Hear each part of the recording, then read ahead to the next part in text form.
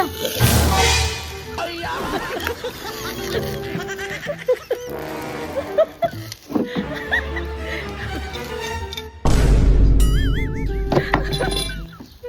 Ay, di punggol. Ang kurayan eh. Silot. Te, nagluto ko. Gutom na ko ba? So pag-abot ko nang may na-remember ko may aragali ko sa mga radish ba? Di ang kurayan ko madala ni halipin sa Pilipinas. So natamad ako magdala-dala din sa mga salaksakan sa guha pa. So dito ko na siya tira sa sulod. Di aging takluban ko lang kagin na mamos. Na? Tapos di ko na siya buksan kundi luto man siya. Medyo nagkaging lang sa dalom niya pero okay na na. Manaw na lang, abot naman ako. Kung buksan ko niya sa sulod, medyo magbahog siya. Nami nga akong masakilent na. Basta kasilip lang ang mong piyak balayaw tapos ito sini.